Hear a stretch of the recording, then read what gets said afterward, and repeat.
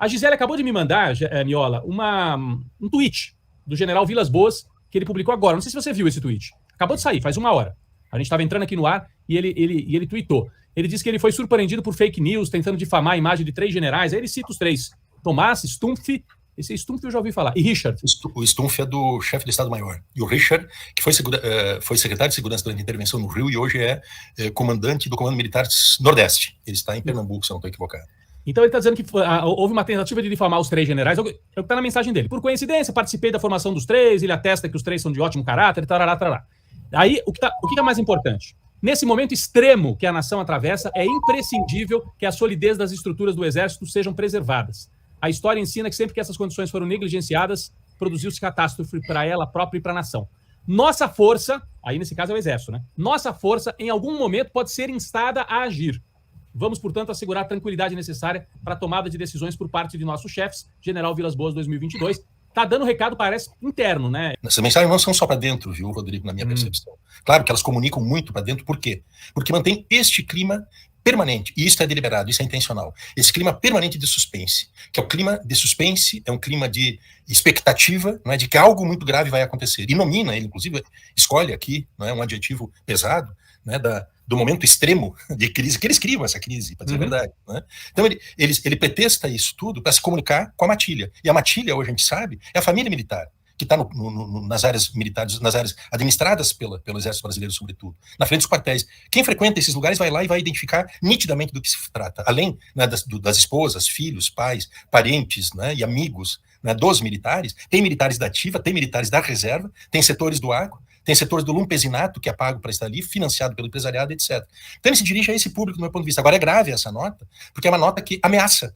É da especialidade desse general, né, que lamentavelmente é um general que é uma espécie de uma guia intelectual dessa geração, né? Ele representa, digamos assim, uma perspectiva doutrinária, né, das Forças Armadas, que são essas, né, Forças Armadas conspirativas, com aspiração de poder. É desnecessário a gente voltar ao currículo recente da vida do Vilas Boas, né, do papel desastroso que ele teve na destruição da nossa democracia. Ele foi nomeado pela Dilma, ele conspirou contra a Dilma, ele traiu a Dilma, né, a presidente Dilma, na conspiração com o Temer, fez aquele Twitter, né, e depois a gente sabe, o Bolsonaro agradeceu ele, se tu te lembrares bem, né, devo, né, ao senhor, né, estar nesse lugar, e o que nós conversamos ficará entre nós. Então eu acho que é parte desse jogo deles permanentemente, né. Agora o que é grave é que não tem reação, né, não tem reação, porque o militar, né, mesmo da reserva, né, mesmo um sujeito que possa eventualmente ser considerado com uma respeitabilidade dentro da corporação, ele não tem direito de atentar contra a democracia, de ameaçar, né, com intervenção militar. O que ele fala ali é que nós podemos entrar em ação, ele está dizendo claramente, nós seremos uma força que vai intervir no momento que ele diz, que é um momento, né, grave, extremo, né, e eles vão intervir. Então vê que está tudo fora do lugar. Está tendo um problema hoje no Exército, tá? E esse tweet revela isso, mas é um problema deles. O que acontece é o seguinte, você vê que o general Vilas Boas, ele defende 3 generais que foram atacados, que seriam os generais melancia, né? Verde por fora, vermelho por dentro. Ele defende 3, ele cita 3, e fala que são pessoas que ele acompanhou, e que são pessoas sérias, e que é injusto o que fizeram com ele. Só que, na verdade, os que foram atacados foram 5.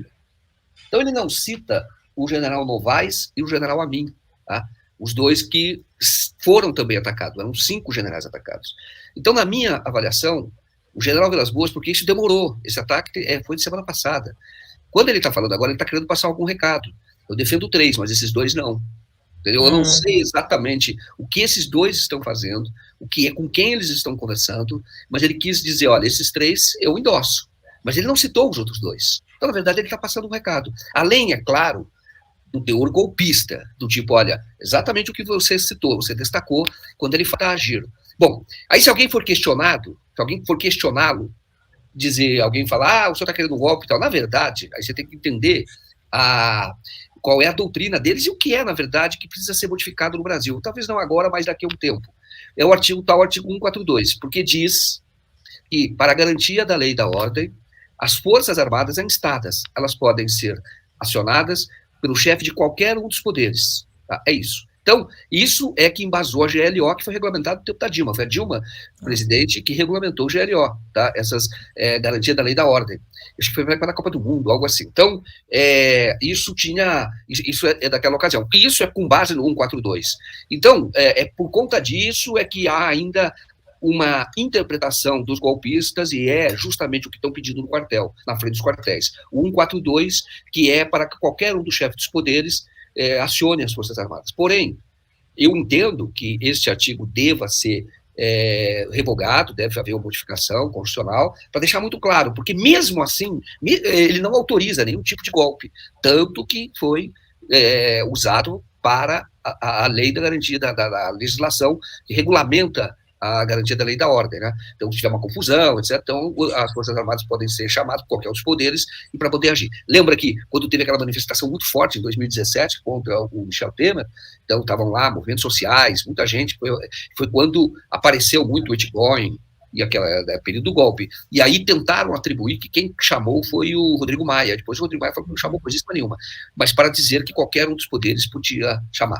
Isso é a interpretação golpista. Então, ele está usando essa interpretação para dizer, pode ser instada, mas o que ele está querendo dizer é pode ser instada por qualquer um dos poderes. Mas o mais importante é que ele omitiu 2 nomes dos generais que foram atacados. Portanto, esses 2 nomes, talvez, agora eu estou fazendo uma interpretação e não é uma informação, talvez esses 2 nomes estejam conversando, de fato, com o governo Lula, porque ele não cita os 2, claramente. Então, é assim que eu vi, ele está passando um recado, e olha, esses 3 eu conheço, endosso, e ele nem cita os outros 2. A gente tem que entender que o Vilas Boas é chave no golpe, tá? No processo do golpe. Ele tem um instituto chamado Instituto Vilas Boas, e ele tem textos, e os textos que formulariam para você entender o que está acontecendo. Formularia essa nova doutrina ali dentro do Exército, que nasceu de uma conspiração contra Dilma. O Vilas Boas era comandante do Exército, conspirou contra Dilma, porque já estava articulando a candidatura de Jair Bolsonaro. Hoje isso está claro já.